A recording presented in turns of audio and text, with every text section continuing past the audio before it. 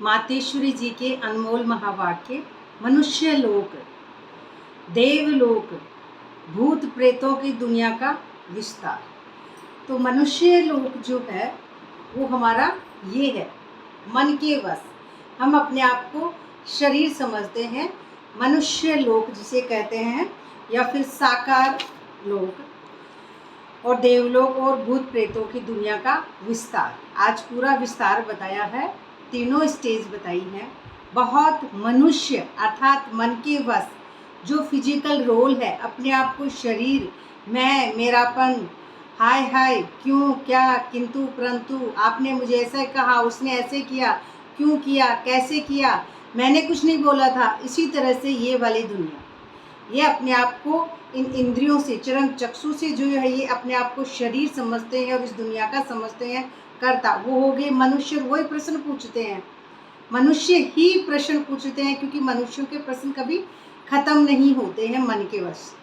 तो ये जो अशुद्ध जीवात्माएं, जिनको घुष्ट कहा जाता है ना, कहते हैं ना भूत, तो ये अशुद्ध जीवात्माएं हमारे ही भीतर अशुद्ध संकल्प, ये 5 तत्वों का जो ये पुतला है, इसके अंदर ये 5 तत्व है प्रकृति।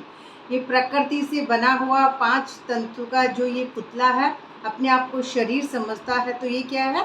भूत, जो भीतर ही विकार हैं, जो अपने ही विकारों से दुखी हैं।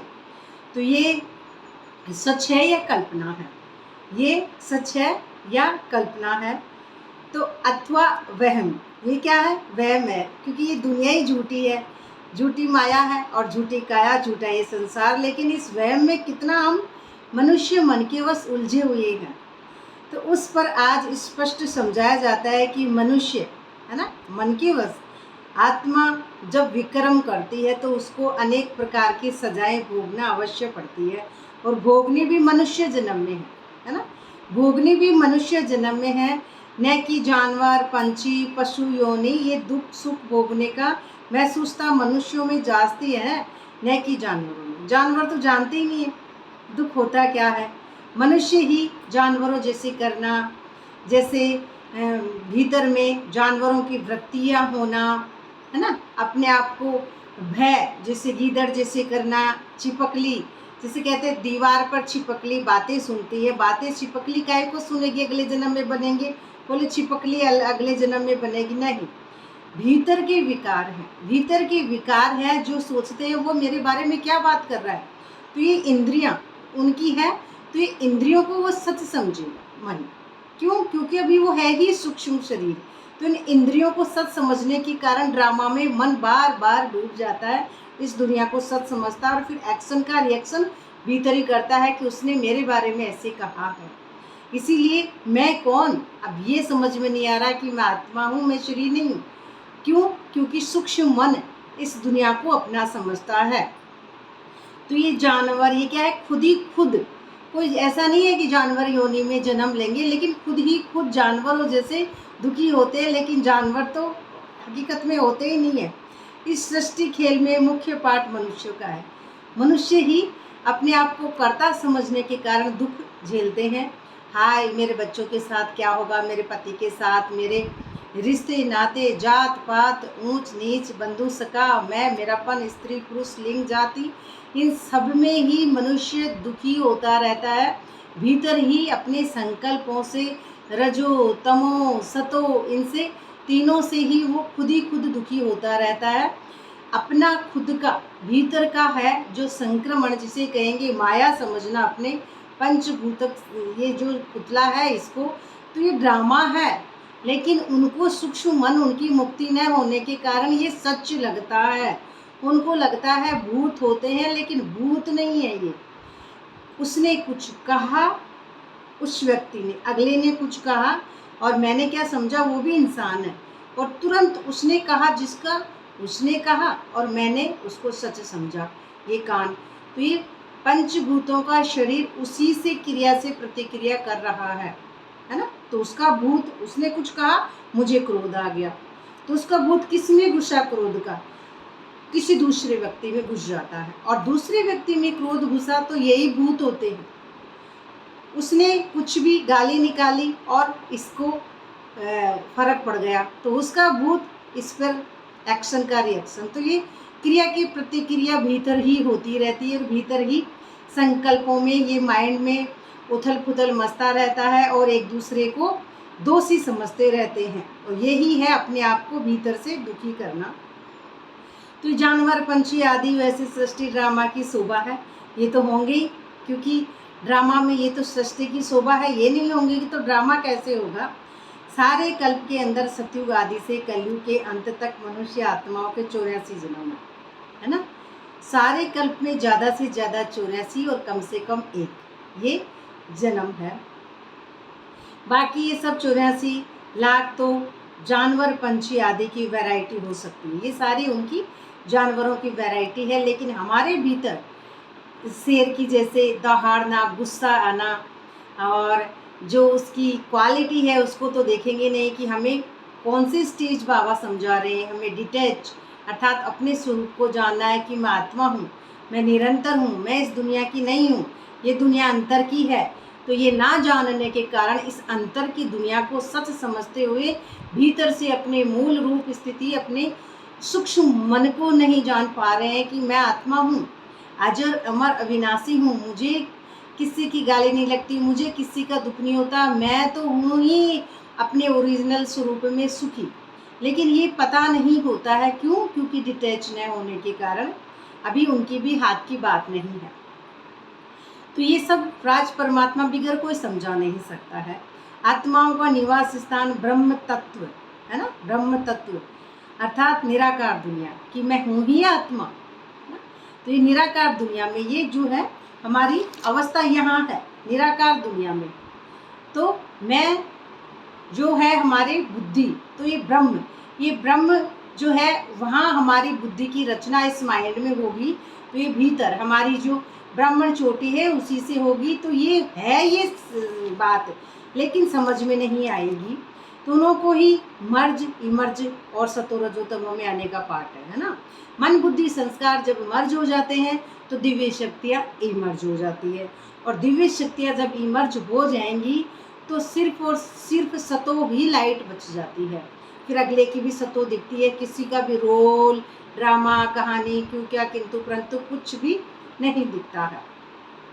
क्यों? क्योंकि वो डिटैच हो जाता है। मैं एक लाइट हूँ तो अगले की भी फिर लाइट ही दिखती है इमर्ज होने के बाद में, शक्तियाँ इमर्ज होंगी उसके बाद में।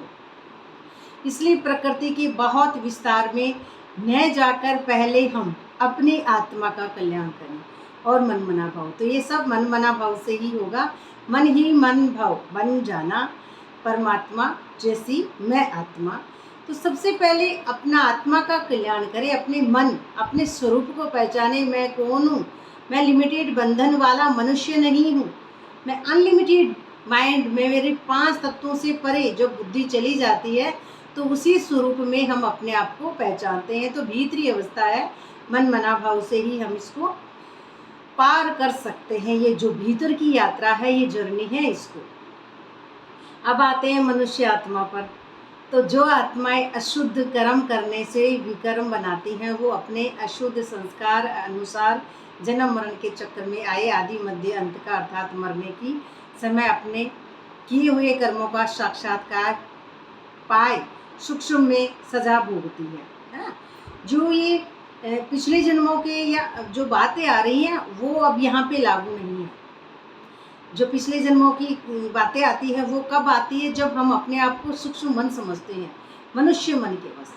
तो मनुष्य मन के वश हैं तब तक ये हम मेडिटेशन या जिसको योग कह रहे हैं तो जब करते हैं तो भीतर में ही वो हमारी अवस्था होती है। तो ये दुख पाने से भीतर से ही हमारा स्वरूप हमको समझ में आ जाता है। जन्म मरण के चक्कर से ये मन छूट जाता है, सूक्ष्म मन ये छूट जाता है। मन अपने आप को जैसे पिछले जन्मों में जाता था ना, जन्म ही क्या वो तो एक बिंदी स्वरूप स्थिति हो जाती है। तो पिछली बातों पे फुल स्टॉप लग जाता है और अपने आप को इस माया से, बंधन से, विकर्मों से, शरीर से अपने आप को शरीर समझता था। मैं, मेरापन, कर्तापन, नाम मान शान इन सब से परे हो जाता है। जीवन मरण के चक्कर से वो मन छूट जाता है और अपने मूल रूप स्थिति में वापस लौट जाता है। तो ये क्या है? साक्षात्कार विकर्मों का साक्षात्कार पर सूक्ष्म में सजा भोगता है। ये मन ही भीतर की बात है, ये कोई बाहर की नहीं है, ये भीतर में ही जब मन यहाँ पे मरता है तो विशुद्ध चक्र के लगभग की बात है। ये भक्ति मार्ग ही है, इसे भक्ति कहेंगे, क्योंकि आत्मा अजर अमर अविनाशी तो अध्यात्म है, लेकिन वो तो है एक सत्युगी माइंड की बात। लेकिन जब तक सूक्ष्म मन मरा नहीं है ना, तब तक ये सजाएं भीतर ही, ये कंठ में ही फंस जाती है ऊर्जा।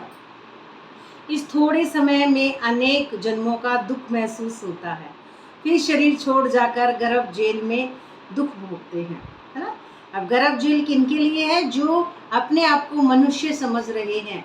अब गर्भ जेल उनके लिए ऐसे है कि राजू के संस्कार अगले जन्म में काजू में आ जाते हैं, तो उनके लिए तो ये गर्भ जेल हो गया, है ना।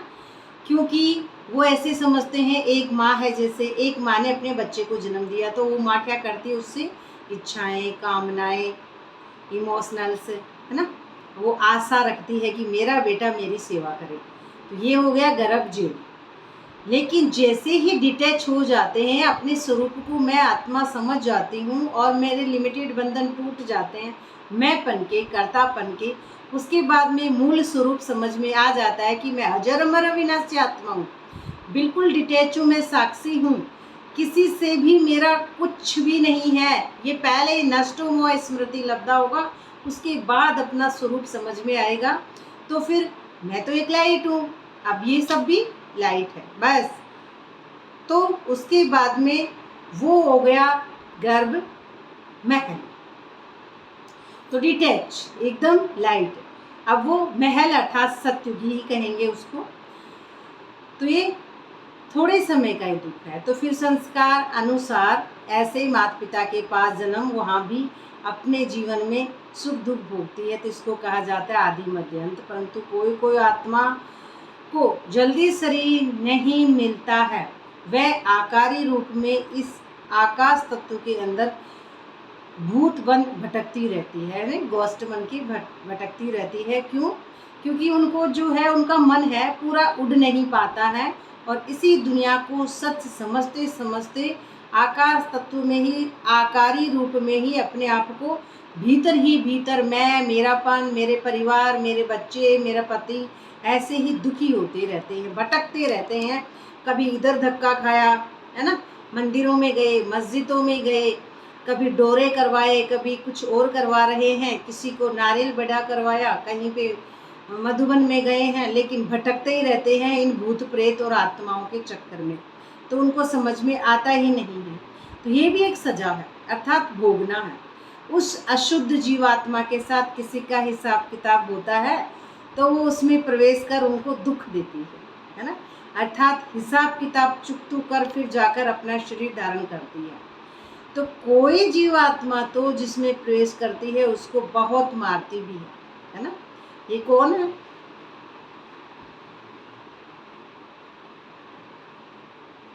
जो है कोई आत्मा तो उसको मारती भी है, यानी अपने ही भीतर दुख दर्द महसूस करते रहता है ये मन, तो बहुत कष्ट देती है। परंतु ये सब हिसाब किताब अंदर भोगना है। ये माइंड में कमी हो जाती है किसी किसी के, जैसे कई माता बहनों को होती है कि भूत आता है, तो ये कोई भूत नहीं होता है, ये भी एक साइंस के हिसाब से एक बीमारी ही होती है। जो माता बहनें दुखी होती हैं तो फिर वो अपने आप को एक सच्चा साबित कर लेता है वो मन, और वो दुखी होने के कारण अपनी इज्जत प्राप्त करना चाहते हैं, तो फिर वो ऐसे किसी को, परिवार को दुख दे रहे हैं, लेकिन ये मेंटल प्रॉब्लम हो जाती है एक माइंड की ही। उसमें क्या है कि उसको समझ लेते हैं भूत है, लेकिन ये कोई क्या है, माइंड में ही कोई इस तरह से एक मन में बोझा होने के कारण इस तरह से वो अपने आप को हम शांति आप सबके लिए। तो माइंड में बोझा होने के कारण माता बहनें समझ लेती हैं हम दुखी हैं, तो इस तरह से वो एक तनाव हो जाता है, और तनाव होने के कारण वो दुखी हो जाती हैं, तो वो क्या समझती हैं कि ये कोई भूत है, लेकिन वो भूत नहीं होता है, वो एक माइंड की प्रॉब्लम होती है। फिर वो सब परिवार उससे दुखी हो जाता है। क्यों? क्योंकि वो भी उसको सच समझ लेते हैं, क्योंकि उनको ये सब सारी दुनिया सच लगती है कि इसके साथ हुआ है ना, ये भूत है, लेकिन वो भूत नहीं, वो प्रकृति का ही एक अंश है जिसको हम जान नहीं पाते हैं। तो ये एक दूसरे में प्रवेश करते वो ऐसे समझते हैं, वो होती एक हवा है, वाइब्रेशन है। क्यों? क्योंकि माइंड सही नहीं होने के कारण। तो जो मनुष्य तन में ही सुख दुख महसूस होता है, तो ये तो आपको समझाया गया है कि आत्मा मुक्तिधाम से इस साकारी खेल में आती है। आत्मा यानी मन इस मुक्ति धाम में पहले मुक्त होगा, है ना। इस मुक्ति धाम से इस साकारी खेल में आती है, बीच में वापस मुक्ति धाम में जा नहीं सकती है ना। हर जो भी 84 जन्म की आत्मा है, उसके 4999 साल तो पृथ्वी पर उसको शरीर से कर्म करना है, और 1 साल तक वो अपने जिसे कहेंगे हम ब्रह्मलोक में परमात्मा के साथ वो 1 साल तक तो रहेगी ही। ये नियम है जो 84 जन्म की फर्स्ट जन्म की आत्मा है उसके लिए। तो ये मुक्ति धाम में जा नहीं सकती, परंतु अपने किए हुए शुद्ध कर्मों अनुसार संस्कार ले दुख सुख के चक्कर में आती है। तो ये अपने जो अशुद्ध और शुद्ध जो संस्कार होते हैं, तो दुख सुख के चक्कर में आती रहती है, अपने आप को शरीर समझ के कारण। बीमारियां हो गई, जैसे बीमारी भी हो सकती है, और जैसे पैसे का गरीबी में भी लोगों में बहुत दुखी हो जाते हैं कि हम गरीब हैं, वो अमीर हैं, हमारे शरीर में ये प्रॉब्लम है। तो ये तो ड्रामा में है, सबके होती है, ये कोई बड़ी बात नहीं है। पर इसको भी क्यों हो रहा है ये? क्योंकि मैं कौन हूँ, अब ये तो भूल गए कि मैं आत्मा हूँ, मुझे किसी से क्या मतलब है। नहीं, ये जिनकी चरम चक्षु काम करती है, दोनों इंद्रियां, तो वो क्या समझते हैं, मैं गरीब हूँ, वो अमीर है। तो ये सामाजिक जो है बातें, और मैं बीमार हूँ, वो स्वस्थ है। लेकिन ये क्या है, ये हमारे ही जो है इस दुनिया को, इस भौतिक जगत को सच समझने के कारण भीतर के संकल्पों का दुख है कि मैं दुखी हूँ।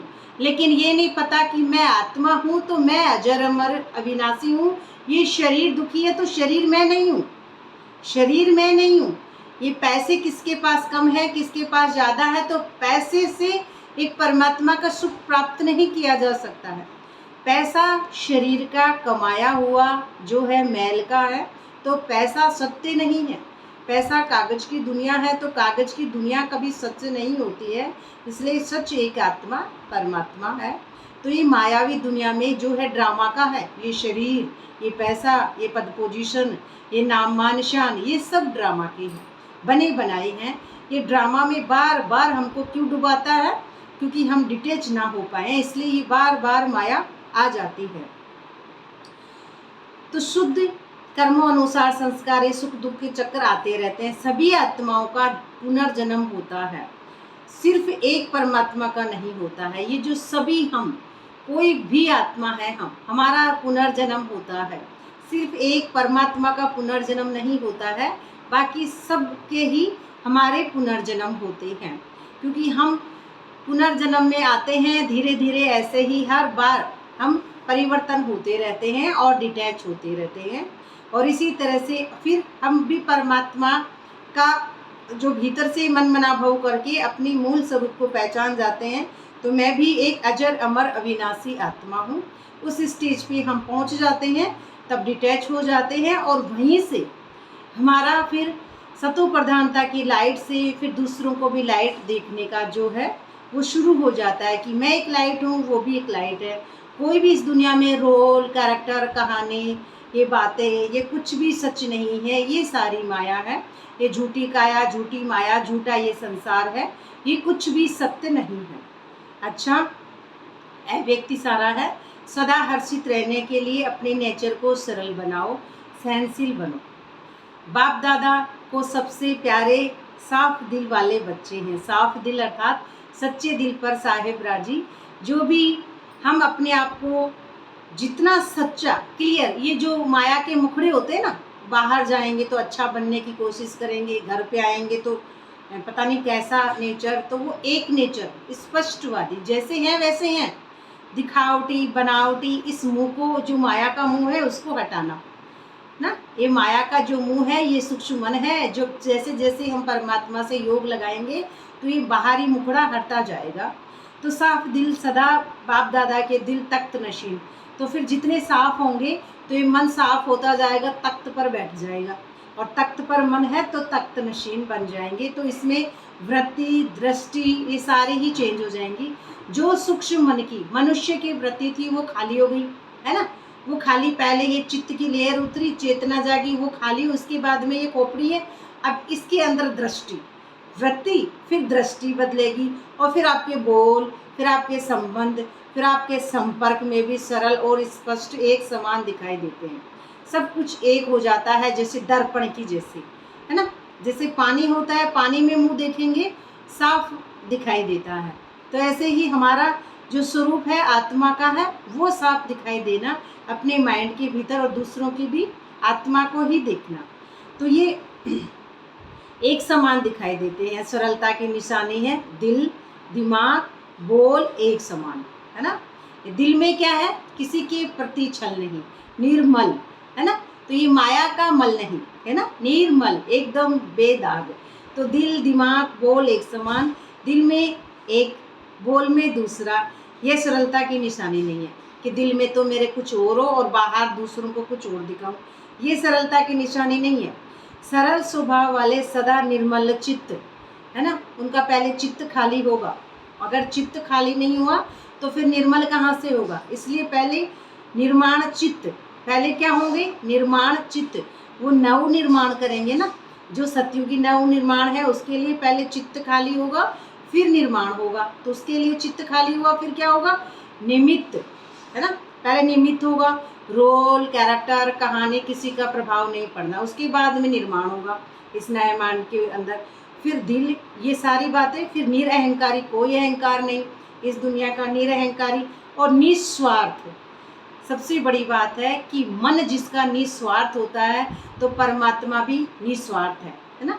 तो मन निस्वार्थ तो परमात्मा निस्वार्थ, तो निस्वार्थ को निस्वार्थ बहुत पसंद होते हैं। इसलिए ये विस्फोट आत्मा परमात्मा का स्वयंवर अर्थात विवाह। तो स्वयंवर होना, स्वयं स्वयं को पहचानना कि मैं आत्मा हूँ, है ना। तो स्वयं स्वयं को पहचान गई, मैं आत्मा हूँ, ये ही सत्य स्वरूप है। तो ये निस्वार्थ होते हैं। वे सरल चित्त, सरल वाणी और सरल वृत्ति।